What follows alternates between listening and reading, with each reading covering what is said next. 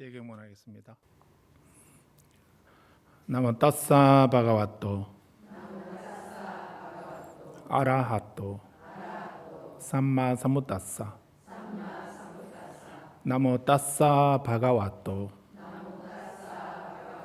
아라하토 삼마 사무따사. 세상에 존귀하신 님, 거룩하신 님, 올바로 원만히 깨달으신 님, 부처님께 예경하나이다. 네, 오늘은 우리 교재 136페이지 인육품 14번째 개송부터 보겠습니다.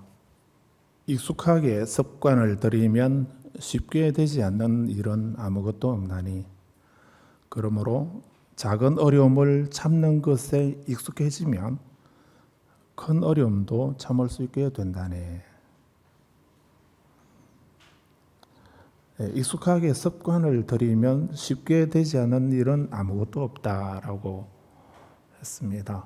그래서 익숙해지는 것, 습관을 들이는 것, 이 익숙해진다고 하는 말을 티베트 말로 곰와라고 한다 했습니다. 이 곰와, 산스크리트어로는 바바나라고 합니다. 바바나라고 하는 것을 티베트 말로는 곰와 이렇게 했습니다. 한번 따라해 보십시오. 곰와. 예, 곰와라는 말은 익숙해진다는 뜻입니다. 되풀이하고 반복하고 이렇게 해서 익숙하게 하고 습관을 들이는 것, 그것을 곰와 이렇게 말하는 겁니다. 그래서 곰와라고 하는 말에는 익숙하다는 말도 있고 또 가까워진다는 의미도 있다 했습니다. 그래서 우리가 옴마니 반매움이라고 또는 문수보살을 지내는 옴 아라바짜나 디라고 하는 진언이고 또 따라보살님 진언은 옴 따레 두 따레 뚜레서 와하 이렇게 하는 겁니다. 그런 짤막한 진언을 계속 또 악업을 정화시켜주는 참여의 진언은 금강살다 백자진언입니다. 이런 백자진언을 10만 번을 외워라 하고 이렇게 합니다. 부처님과 스승님과 부처님과 가르침과 성가에 귀합니다라고 고백하면서 대배 절을 10만 번을 하라고 이렇게 합니다. 그럼 우리가 수행하고 또 수행하는 궁극의 목적은 이익과 안락과 행복을 성취하기 위해서입니다. 그렇게 하려면 이렇게 우리가 윤회의 삶에서 이익과 안락을 얻고 또 궁극적으로 열반을 성취하기 위해서는 첫 번째는 복덕이 있어야 됩니다. 복덕이 있어야 되고 공덕이 있어야 됩니다. 이 윤회의 삶에서는 공덕이 있어야 안락한 삶을 살 수 있다라고 했습니다. 다른 말로 하면은 모든 것은 복의 소치다, 복의 탓이다. 그래서 복이 많은가, 복이 박한가, 박복한가, 거기에 따라서 우리가 똑같이 이렇게 사람 몸을 받아서 이 세상을 살아가면서도 삶의 질이 다른 것이 무엇 때문이겠습니까? 궁극적으로는 근원은 업이겠지만 복의 소치입니다. 복이 있는가 없는가. 그 복은 누가 줍니까? 그래서 새해 첫날 우리 세배하고 이렇게 하게 되면 인사를 뭐라 그럽니까? 복 많이 받아라고 이렇게 말하는데 그런데 절에 오래 공부하신 분은 이제 복 지으세요 이렇게 말하지만 다 복 많이 받아라고. 그래서 예 받겠습니다 하고 쳐다보니까 줄 생각은 안 하고 있죠. 복 받아라 해놓고도 복을 안 주고 있습니다. 말인적 복을 받아라 이렇게 말하는데 그럼 복은 누가 주죠? 그래 다른 분이 주는 줄로 우리는 생각할지 모르지만 복은 받는 것이 아니라 짓는 것입니다. 그래서 복을 짓는 것인데 그래서 금년에는 복을 많이 짓는 공덕을 많이 짓는 삶을 살아라 하는 이런 의미도 되겠죠. 그래서 복을 많이 지어놓게 되면 다른 분에게 나하고 인연 있는 분이나 다른 분에게 복을 줄 수가 있습니다. 그런데 내가 지어놓은 복이 없으면 어떻게 주겠습니까? 그래서 우리는 이렇게 우리가 살아가는데 복이 필요하다는 것입니다. 그런데 그 복은 이렇게 빌어서 얻어지는 것이 아니고 지어서 받는 것입니다. 그래서 작복이라 이렇게 말하는 겁니다. 복을 짓는다라고 이렇게 말하는 것이죠. 복을 지어야 되고 또 지혜를 닦아야 됩니다. 지혜도 빌어서 얻어지는 것이 아니라 했습니다. 빌어서 얻어지는 것이 아니고 지혜는 수행을 통해서 얻어지는 것입니다. 배워서 수행을 통해서 얻어지는 것이 지혜입니다. 내가 지어서 받는 것이 공덕이고 수행해서 얻는 것이 지혜다라는 것입니다. 그런데 이 공덕을 짓는 것은 그래서 공덕이 있어야 수행하는데도 우리가 수행을 하는데도 공덕이 있어야 복이 있어야 수행을 할 수가 있습니다. 복이 없으면은 다른 일 하느라고 바빠서 공부할 시간이 나지 않습니다. 그래서 복이 있어야 그래서 지금 복 있는 분들이 다 이렇게 편하게 앉아서 공부를 할 수가 있는 것입니다. 그래서 이렇게 그래서 수행 티베트에서는 웬도시라고 이렇게 말합니다. 웬도시 따라해 보십시오. 웬도시. 웬도라고 하는 말이 예비적이다는 이런 말입니다. 예비, 준비. 그 운동을 할 때 본 운동하기 전에 먼저 좀 몸을 풀지요. 그런 트레이닝을 하는 그런 것처럼 물 속에도 덥다고 그냥 뛰어들면은 사고 날 수도 않습니까? 그래서 미리 물 속에 뛰어들기 전에 좀 준비 운동하고 뛰어들게 들으라고 이렇게 하지 않습니까? 그런 것처럼 이 심심미묘한 이런 높은 단계의 수행을 하는데 갑자기 바로 수행에 들어가게 되면 들어갈 수도 없지만은 그렇게 하면 잘못 장애가 일어날 수가 있습니다. 그렇기 때문에 그런 수행을 하기 전에 수행을 감당할 수 있는 그릇을 만들어야 됩니다. 그 수행을 감당할 수 있는 그릇을 만들어야죠. 그것이 없이 바로 덤벼들게 되면 조그만 장애가 생겨도 바로 무너지거나 잘못될 수도 있습니다. 좀 다른 얘기인데 관세음보살님은 팔이 42개라고 해서 42수 관음이라 하지요. 마지막에 42번째 개송이 총섭천비수 진언이라는 겁니다. 총섭천비수 진언이라는 건데 그 진언은 어느 때 외워야 되는가? 천마, 악마, 천마 외도를 항복받고자 할 때는 이 진언을 외워라 하는 이런 구절이 있습니다. 그래서 어떤 분이 자기가 혼자서 42수를 읽어보면서 나도 천마 외도를 한번 항복받아 볼까나 이렇게 생각하고 다 앉아서 그 총섭천비수 진언을 다 이렇게 외우는데 조금 한 몇 번 외우니까 갑자기 제가 불자였는데 이분이 본이 머리카락이 전부 다 위로 향하는 걸. 그리고 머리가 쭈뼛쭈뼛하고 소름이 와삭 끼치고 두려운 생각이. 근데 천마가 몰려오니까. 그 천마를 항복받을 수 있는 힘이 있으면은 천마가 앞에 그분 앞에 악어처럼 엎드릴 수가 있겠는데 그런데 그런 법력이 없으니까 이분이 천마를 생각하니까 그 천마의 영향을 받아서 그 조복할 수 있는 기운이나 힘이나 능력이나 이런 것이 없으니까 바로 본인이 더 큰 두려움을 느끼는. 그래서 머리가 쭈뼛쭈뼛하고 소름이 오싹 끼치고 그래서 갑자기 두려운 생각이 들어가지고 이거 내가 계속 외웠다는 큰일 나겠다 싶어서 천마고 외도고 뭐고 나 모르겠다 하고 그만뒀다고 하는 그런 얘기 들은 적이 있습니다. 그렇게 수행을 그렇게 함부로 하면 안 되는 것입니다. 그런데 거기서 그만두었으니 다행이지, 만약에 계속 준비 없이 그렇게 했다가는 아마 더 나쁘게 되었을는지도 모릅니다.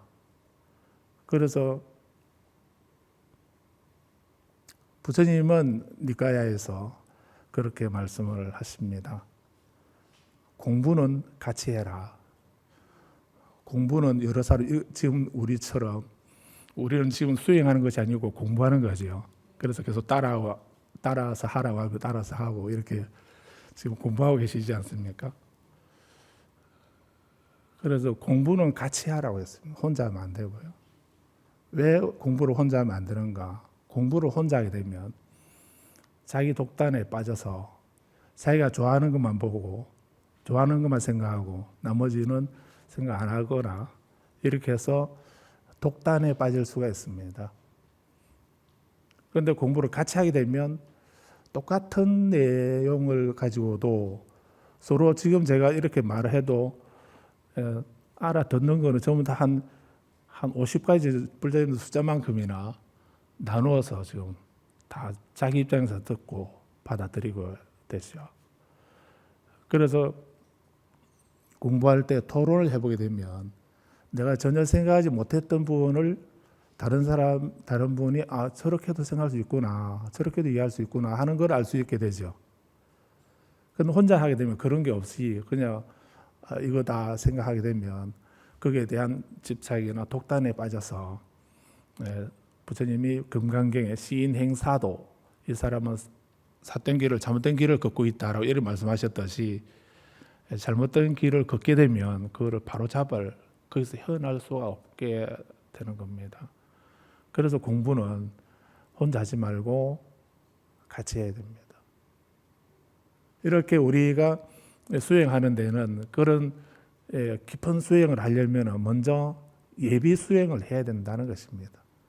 그래서 예비 수행을 하고서 해야지 예비 수행 준비 운동 없이 바로 본 수행하게 되면 그 수행이 안 될 뿐만 아니라 다른 장애가 생기게 되기도 하고 깊은 수행을 할 수 없게 된다라고 말씀합니다.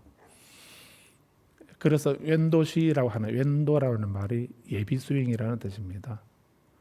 그 예비 수행의 티베트에서는 크게 4가지를 예를 들고 있습니다. 4가지로 요약한 거. 그래서 웬도시랄 때 시라는 말은 넷을 말합니다. 숫자 4를 시라 합니다. 그래서 이거를 웬도를 예비 수행이라고 하고 한문으로는 가행이라는 말을 씁니다. 가행정진, 용맹정진 이런 말 들어보셨죠? 그래서 가행이란 말이 좀 더 힘을 내어서 수행하고 정진하는 거, 그거를 가행이라, 더할 가자 행할 행자니까. 그래서 가행이란 말도 쓰는데 그 가행에 4가지가 있다 해서 사가행 이렇게 말하는 겁니다. 그래서 이 사가행은 그릇을 만드는 것입니다. 본수행을 할 수 있는 그런 그릇을 만드는 그런 것이 사가행입니다. 4가지 예비 수행입니다. 첫 번째가 절을 10만 번 해라. 삼보에 귀합니다. 스승님께 귀하고 삼보에 귀합니다 하는 그 고백을 하면서 절을 10만 번, 108백 아니고 10만 번을 하라는 것입니다. 두 번째는 만달러 공양인데 만달러 공양을 부처님에게 공양을 올리는, 불보살님에게 삼보에게 공양을 올리는, 이런 공양 올리는 것을 다른 말로 우리 불공한다 이런 말을 하지요. 불공한다는 말은 부처님께 공양 올린다 하는 이 말입니다. 또 우리 요즘에 스님들께 공양 올리자 이런 얘기를 하지요. 그 성보 공양이라 이렇게 말하는데, 그래서 이렇게 삼보에게 공양 올리는 거, 그것을 만다라 공양이라 이렇게 말하는 겁니다.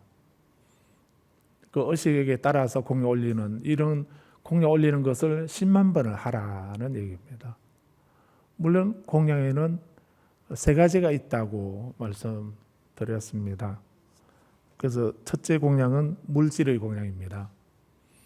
두 번째는 섬기고 헌신하는 섬김의 공양이다 했습니다. 예경하고 섬기고 받드는 그런 공양이고, 세 번째는 그 스승의 가르침을, 부처님의 가르침을 실천하고 수행하는 공양입니다. 그렇게 세 가지 공양을 말할 수 있고, 또 공양을 두 가지로 나누면은 그 이공과 사공으로 나눌 수 있습니다. 사공은 실제로 아까 우리가 제 2품에 읽어보신 것처럼, 저는 산보에게 공양 올릴 가난해서 제가 가지고 있는 물건은 없습니다. 제가 만나는 귀한 음식을 사서 준비해서 올려드릴 수 있는 그런 여유가 제게는 없습니다. 그렇게 아름답고 크고 향기롭고 좋은 그런 음식을, 갖가지 음식을 준비해서 올려드리는 것, 그것이 사공입니다. 음식물도 공양이겠고, 또 우리가 육법공양 이렇게 말하기도 하죠. 6가지 법공양이라고 이렇게 말하는데, 그런 것이 실제로 전부 다 꽃이라든가 과일이나 음식이나 향이나 촛불이나 차라든지 이런 그런 6가지 이런 것은 전부 다 사공입니다. 그래서 음식만 있는 것이 아니라 꽃이라든가 과일이라든가 향기로운 차라든지 등불이나 향이라든지 이런 것들도 다 공양물이 되죠. 그런 것을 사공이라 이렇게 말하고, 근데 그 꼭 공양은 사공만 하는 것이 아니고 이공이 있는 겁니다. 이공은 법으로서, 이치로서 마음으로 생각해서, 마음으로 관상을 해서 생각하는 것을 관상한다 이렇게 말합니다. 그래서 가장 비싸고 가장 향기롭고 가장 아름답고 가장 맛나는 거, 그런 거는 얼마든지 상상할 수가 있지요. 지금 내가 그거를 사올 수 있는 돈은 없지만은, 근데 마음으로는 가장 좋은 거, 가장 빛나고 향기롭고 아름답고 좋은 거, 그런 거를 뭐든지 상상할 수 있습니다. 그런 것을 상상해서 그 상상한 그 공양물을, 그게 과일이든지 옷이든지 필수품이든지 무엇이라도 가장 귀하고 소중하고 아름답고 향기롭고 좋은 거를 내 마음껏 상상을 해서, 그렇게 상상한 그 공양물을 금강경에 우리 익숙하지 않습니까? 삼천대천세계 칠보를 가득 채워서 보시한다. 그 삼천대천세계 가득 채울 수 있는 칠보가 어디 있겠습니까? 그 사공으로는 불가능하죠. 그런데 이공으로는 가능하죠. 이공으로는 내 마음으로 이 삼천대천세에 가득 채울 수 있는 7가지 보배를 가득 채워서 그것을 내가 공양 올리고 싶은 그분에게, 산보님에게 공양을 드리는 것, 그걸 이공이라 이렇게 말하는 겁니다. 이치의 공양이라고. 그런데 부처님은 그 이공으로 얻어지는 공덕하고 사공으로 얻어지는 공덕하고 어느 쪽이 더 크다고 하셨겠습니까? 라고 말씀하셨겠지만 똑같다는 겁니다. 네. 그러니까 내가 너 지금 그 주머니가 좀 박혔으나 공양 못 올리겠다 이렇게 해서 공양 포기하지 말고, 그거 없으면은 마음으로라도 관상을 해서, 그렇게 그 관상을 해서 그 귀한 것을 부처님에게 공양 드립니다라고 하면서 절을 하고 공양 진언을 외우게 되면 그게 아주 훌륭한 공양이 된다는 것입니다. 앞에 거는 돈이 들지만 뒤에 거는 일단은 돈은 안 들지만 마음만 먹으면 언제든지 할 수 있는 것 아닙니까? 그래서 그 공양을 항상 물질 공양만 생각하지 마시고 이공양을 생각하시라. 이공양을 하는. 그래서 항상 공양 올리는 마음으로. 그래서 아침 우리 식사를 할 때도 집에서 식사를 할 때도 항상 이 공양을, 이 음식을 산모님에게 공양 올립니다라고 마음으로 그렇게 하고서 먹고, 또 차를 한 잔 마셔도 이 차를 산모님에게 공양 올립니다라고 하고서 내가 마시고, 이렇게 하게 되면 우리 일상생활은 늘 꼭 절에 갔으만이 불구하는 것이 아니라 우리 집에서도 또 매 순간순간 산모님에게 공양 올릴 수가 있게 되는 거죠. 그렇게 산모님에게 공양 올리는 그 만다라 공양이 내가 공덕을 짓는 지름길이라는 겁니다. 그래서 우리가 절에서 공양을 담당하는 이런 분들을, 공양을 담당하는 가장 높으신 분이다, 소중한 분이다라고 해서 공양주 이렇게 하죠. 그런데 불자님 뭐 공양주 보살님 오셨는데 이렇게 하게 되면 기분 좋습니까? 아니면 꿀꿀합니까? 그런데 그렇게 듣는 건 별로 싫어하죠. 왜 싫어하죠? 그거 얼마나 좋은 말인데. 나는 뭐 절에 가서 뭐 밥 짓고 설거지 하는 사람밖에 안 되나 이런 식으로 생각하시는데, 근데 그게 공덕 짓는 일인데 왜 그렇게 싫어하시는지 모르겠습니다. 그래도 어떤 스님이 수행하는데 늘 장애가 생기고 이렇게, 또 그 스님이 공부하러 가게 되면 거기는 대중들까지도 영향을 받는다. 이 스님을 박복하니까 내 박복한 것이 다른 대중들에게도 영향을 주더라는 겁니다. 그래서 이 스님이 가서 공부하는 데마다 그 대중들이 그 결제 기간 동안에 끝까지 공부를 못하고 중간에 그냥 뭐 어떤 장애가 생겨가지고 다 흩어지고 깨어지고 이렇게 되더라는 거예요. 그래서 그게 한두 번일 때는 우연히 그러겠지 이 생각했는데, 결제 때 갈 때마다 그런 일이 생기니까, 본인이 갈 때마다 그런 일이 생기니까 이게 무슨 일이 있는가 보다 하고, 그래서 큰 스님에게 이제 여쭈었답니다. 그러니까 큰 스님이 공부하는 걸 잠시 놔두고 이 대중들을 위해서 공양주를 3년 동안 공양주를 해라. 그러고 난 뒤에 이제 공부를 하라고. 그 이분이 수행하는데 복이 없어서 그러니까 공덕을 지으라고. 그 공덕 짓는 것이 대중을 섬기는 거예요. 대중을 섬기는 그 공양을 하면서 공덕을 지으라고 하는 거예요. 그래서 이 스님이 그때부터는 이제 수행하는 걸 잠시 내려놓고 오로지 그 대중들이 그 정진을 잘할 수 있도록 뒷바라지하는 하면서 음식을 준비하고 설거지하고 하는 이런 일을 3년 동안 오로지 그 일만 전념했다는 겁니다. 그래서 그렇게 3년을 하고 난 뒤부터는 이 스님 어디를 가도 이제 대중들이 화합하고 먹을 것이 있고 수행하는데 장애도 없고 이렇게 되더라고. 그래서 우리가 집을 떠나서 수행하는 데 있어서도 이렇게 복이 있어야 된다는 얘기예요. 공덕이 있어야 되고 복이 있어야 되고. 그래서 이렇게 우리가 요즘 그 무료 급식하는 데 가서 자원봉사하는 분들도 많이 계시지 않습니까? 그런 것이 그냥 노동한다고 생각하지 마시고 그런 거를 다 공덕 짓는 일이다라고 생각하시고, 또 절에 가서 법회 때나 이럴 때에 내가 시간이 나면 그렇게 대중들을 위해서 부처님에게 공양하는 마음으로 그런 일을 하시게 되면, 그게 뭐 물에 설거지를 한다든지 음식을 준비한다든지 뭐 다른 보조를 한다든지 이렇게 그런 일들은 전부 다 공덕을 짓는 일이다라고 이렇게 생각을 하십시오. 그래서 우리 불자들은 또 그 독거 노인이나 이런 분들에게 일주일에 한 번씩 음식 그 반찬 배달하는 이런 일을 하고 있습니다.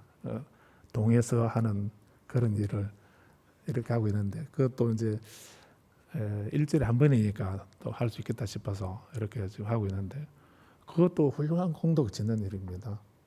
바쁜 시간에 나가서 이렇게 그렇게 하는 좀 힘들기도 하겠지만 그것도 좋은 공양이고, 내가 음식을 만들지 않았지만 그래도 그거를 그렇게 준비해 둔 거를 집집마다 그 필요한 분들에게 나눠드리고 배달해주고 하는 이런 것도 큰 공덕 짓는 일이다라고 생각을 하십시오. 그래서 꼭 부처님에게 절에서 법당에서 하는 것만이 아니라 그렇게 우리 일상생활에서 내가 밥을 먹으면서도 그 음식을 내가 먼저 사모님에게 공양 올립니다라고 먹게 되면 그게 공양이 되는 것이고, 또 그런 일들을 하는 데 있어서 자원봉사를 한다든가 또 이렇게 하는 그런 일들도 다 공덕을 짓는 일이다라고 생각하시라는 겁니다. 그래서 이런 것을 만다라 공양이라고, 공양을 10만 번 올려라라고 이렇게 얘기합니다. 그거는 물론 의식이 있습니다. 만다라 반이 있고 거기에 그 칠보를 상징하는 그런 것을 만다라 반 위에 쌓아서 그 의식문을 외우면서 쌓아 올립니다. 쌓아서 다 올리게 되면 부처님께 올립니다라고 하고 다시 또 허물어 버립니다. 그리고 또 쌓아 올리고 허물고 이렇게 하는 것을 10만 번 한다는 이런 얘기입니다. 그것도 만다라, 그런 거를 만다라 공양이라 이렇게 말하는데 꼭 그 말이 아니에요. 그렇게 안 해도 우리가 내가 집에서 음식을 먹을 때나 차를 마실 때나 이런 모든 경우에 그거를 산부님에게 공양 올립니다라고 이렇게 공양 올리는, 불공하는 거, 그런 거를 10만 번을 하라고 하는 거는 공양 올리는 처처제불 사사불공 이런 말이 있습니다. 처처제불, 곳곳에 모든 곳에 부처님이 계시니 사사불공, 일마다 늘 부처님께 공양 올리도록 하라. 부처님을 받들어 모셔라, 공양 올려라 하는 이런 의미로 처처제불 사사불공. 그러면 우리가 일거수일투족 매 순간순간 내가 하는 모든 일들을 부처님께 공양 올리는 마음으로 하라고 하는 이런 의미가 사사불공이 아닌가 생각이 됩니다. 그렇게 만다라 공양 올리는 것이 두 번째고, 세 번째는 내가 지은 악업을 참여하는 것, 금강살타라고 하는 부처님의 진언이 글자 수가 백자라고 해서 백자진언이라고 이렇게 말합니다. 그 진언을 10만 번 외우게 되면 우리들 악업이 정화된다라고 했습니다. 그래서 그 진언을 10만 번 외우고 그 다음에 스승의 가피가 있어야 됩니다. 수행을 할 때에 반드시 스승에게 의지를 해야 됩니다. 수행 혼자만 돼요. 수행 혼자 하게 되면 아까 그분처럼 혼자 이거 좋겠다 싶어서 자기가 알아서 이것도 해보고 저것도 해보고 이렇게 하게 되면 잘못하게 되면 나쁜 길로 또 작은 장애라도 일어나게 되면 극복할 수 없게 되는 그런 경우가 있습니다. 스승은 누구인가? 첫째, 스승은 구루라고 하고 인도 말로는 구루라고 하는데 티베트에서는 라마라고 합니다. 티베트 말을 라마라고 이렇게 하는데 그 라마라고 하는 말을 달라일라마라고 이렇게 하죠. 그 라마라고 하는 말이 스승이라는 뜻입니다. 달라일라마, 달라이는 또 몽고어입니다. 티베트 말도 아니고 몽고 말이고요. 그런데 달라이라는 말은 큰 바다라는 뜻입니다. 갸초 이렇게 하는데 큰 바다와 같은 지혜를 갖고 계신 입니다 해서 그 몽고 그 황제가 달라이라마 존자에게 큰 바다와 같은 지혜를 갖고 계신 분이십니다 라고 이렇게 해서 그렇게 부른 것이 인연이 되어서 달라일라마 이렇게 하게 된 거죠. 그래서 라마라고 하는 말은 스승이라는 뜻이고, 그리고 인도 말로는 구루라고 하고 한문어로는 윗상자 서승사자 상사라고 번역을 합니다.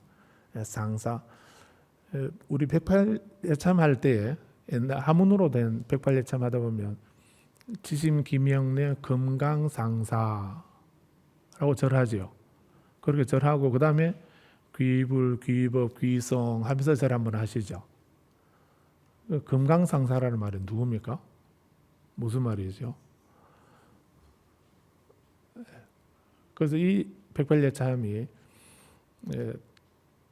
티베트 불교나 적어도 밀교의 영향을 받아서 만들어진 그 예참문이다 하는 것을 알 수가 있습니다. 그래서 티베트 불교에서 먼저 삼보에게 예경하기 전에 먼저 스승에게 먼저 예경을 합니다. 라말라 깝스치요 이렇게 말하게 되면 스승님에게 귀합니다. 산스크리트는 나무 구루바야 이렇게 하게 되면 스승님에게 귀합니다 이 말이거든요.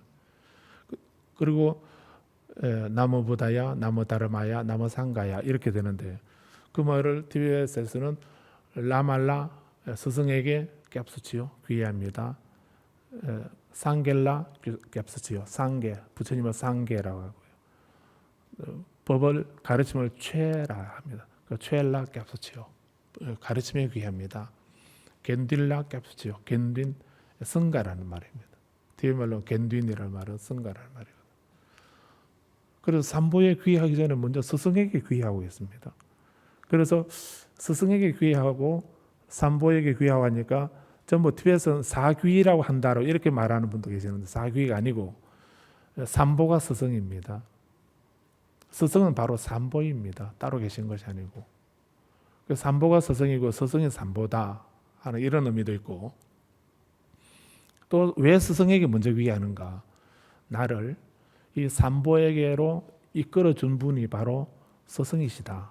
그래서 삼보는 뭐 더할 나위 없이 고마운 귀의 대상이지만 내 스승이 없었다면 내가 어떻게 부처님을 알고 가르침과 성가를 알았겠나. 그래서 나를 삼보에게 이끌어주고 삼보에 대한 믿음을 갖도록 해준 분은 스승이시다. 그래서 스승에게 귀하는 것입니다. 그래서 따로 보지 마시고 스승이 삼보이고 삼보가 스승이시고 그리고 이 스승은 나를 삼보로 이끌어준 분이기도 하지만 또 스승은 아무나 스승이 아니고 그 스승은 내 업을 아는 분입니다. 내 업을 아는 분이라서 내가 어떻게 수행하고 어떻게 공부하고 수행해야 되는가 하는 것을 아시는 분입니다. 그 업을 알기 때문에 나에게 필요한 수행 방법을 가르쳐 주시고 나에게 장애가 있을 때 그 장애를 정화하고 없애줄 수 있는 능력을 갖고 계신 분이 스승이죠. 그래서 스승에게 의지해서 수행하라라고 말씀하는 이유가 거기에 있습니다. 깨달음을 얻은 분도 두 종류가 있다고 하죠. 스승을 의지해서 깨달음을 얻은 분하고 스승을 의지하지 않고 스승에게 의지하지 않고 깨달음을 얻은 분 이렇게 둘로 나눈다고 했죠. 그래서 스승을 의지해서 스승의 가르침을 의지해서 깨달음을 얻은 분을 성문이라 한다고 했습니다. 소리 성자 들을 문자 성문이라는 말은 스승의 가르침을 의지해서 깨달음을 얻은 분들을 말한다라고 이해하시면 됩니다.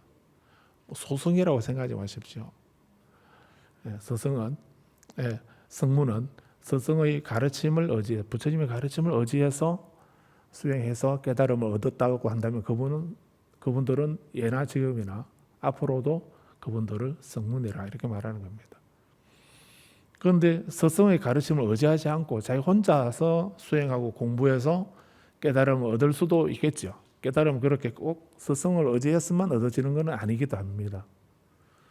그래서 스승을 의지하지 않고 자기가 수행해서 깨달음을 얻은 분들도 있습니다. 그런 분들을 벽지불이라 이렇게 말하는 겁니다.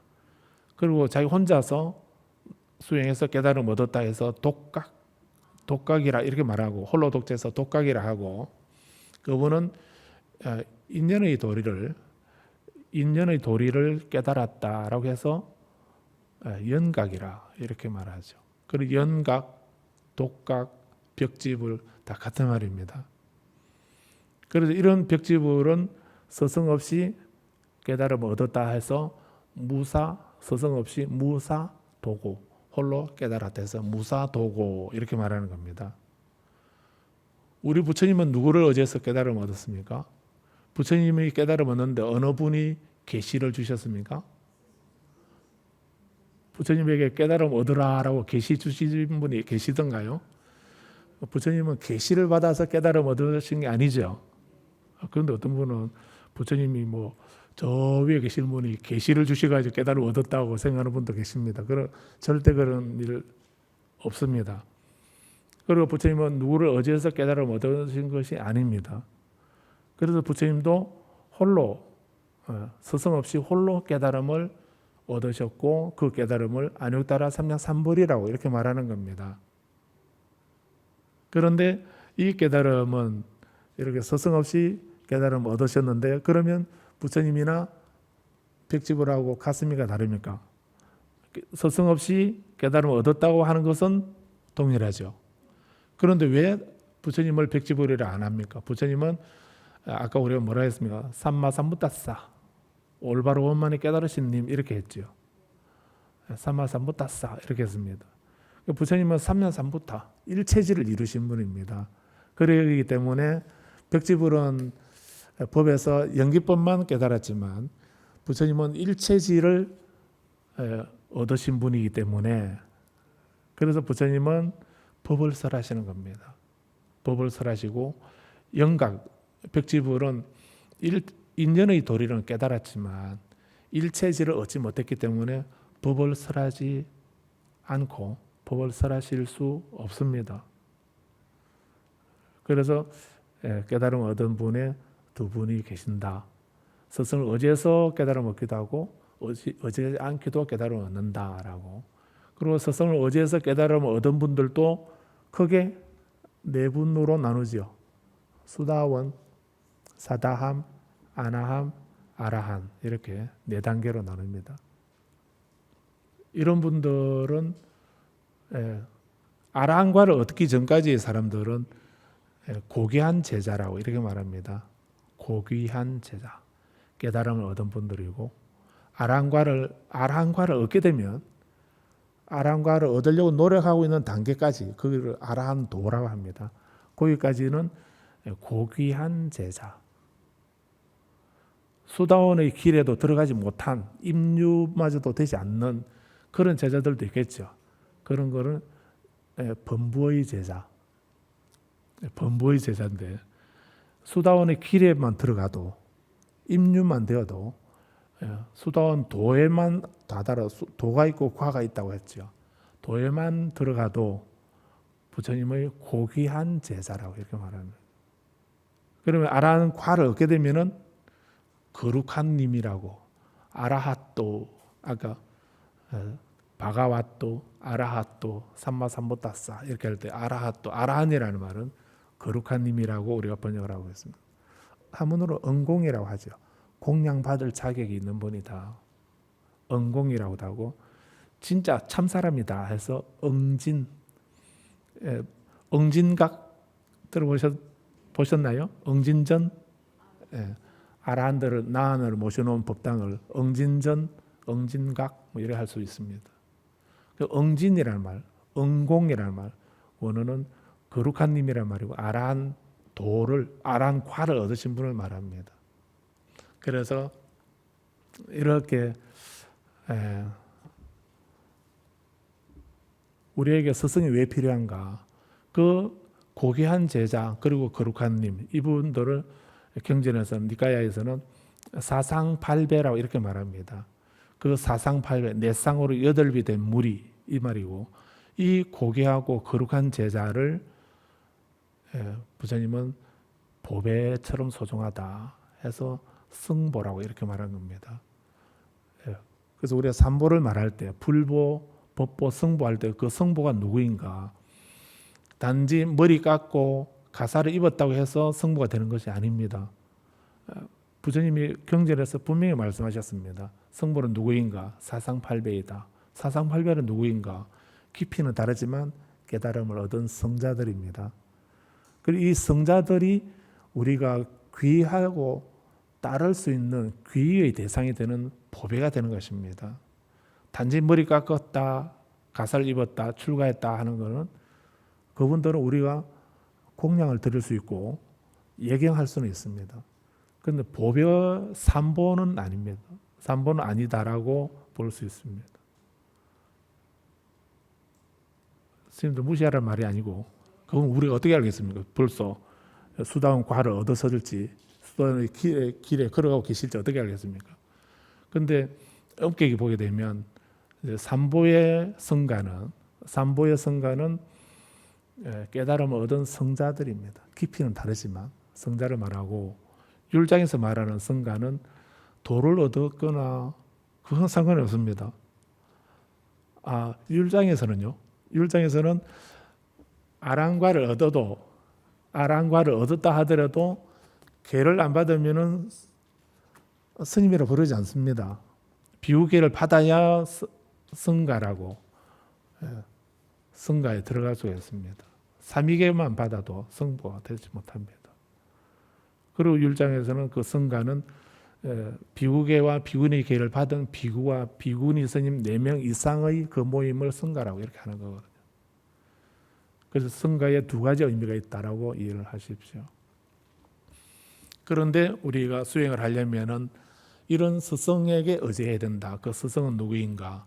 깨달음을 얻은 사상팔배에 해당되는 그런 성자들이고, 그분은 내 업을 알고 나의 장애를 없애줄 수 있고 이끌어줄 수 있는 그런 분이기 때문에 삼보에게 귀하기 전에 먼저 스승에게 스승의 고마움을 생각하면서 귀한다로 이렇게 말하는 거고, 그 스승의 가피가 있어야 되기 때문에 그 스승에게 공양 올리는 가피를 구하는 그것을 10만 번 하라고 하는 것이 사가행의 4번째입니다. 익숙하게 습관 들이면 쉽게 되지 않는 일은 아무것도 없다. 수행을 하기 위해서는 티베트에서는 4가지 예비 수행을 해라. 즉 수행을 할 수 있는 그릇을 만들어라. 그 그릇을 만들고 난 뒤에 본 수행을 해야 궁극의 목적에 다다를 수가 있습니다. 그 그릇이 안 만들어진 상태에서 수행을 하게 되면 조그만 장애가 생기게 되면 그 기도 수행하고자 하는 마음이 사라져 버립니다. 흔들려 버립니다. 그리고 중간에 포기해 버립니다. 내일 하지 뭐, 다음에 하지 뭐. 그리고 우리 불자들이 용감해서 수행을 언제 하려고 하냐가 금생에 하지요. 금생 못하면은 오늘 하죠. 오늘 못하면 내일 하고, 내일 못하면 내년에 하고, 내년에 못하면 금생에 못하면 언제 하려고요? 다음 생에 하죠 뭐. 용감합니다. 그렇게 미뤄서는 안 된다고 원효 스님이 말씀했습니다. 여기까지 하겠습니다. 따라서 하시기 바랍니다. 부처님 가르침대로 실천하는 수행으로 존귀하신 부처님께 예경하나이다. 부처님 가르침대로 실천하는 수행으로 고귀한 담마에 예경하나이다. 부처님 가르침대로 실천하는 수행으로 수승한 승가에 예경하나이다.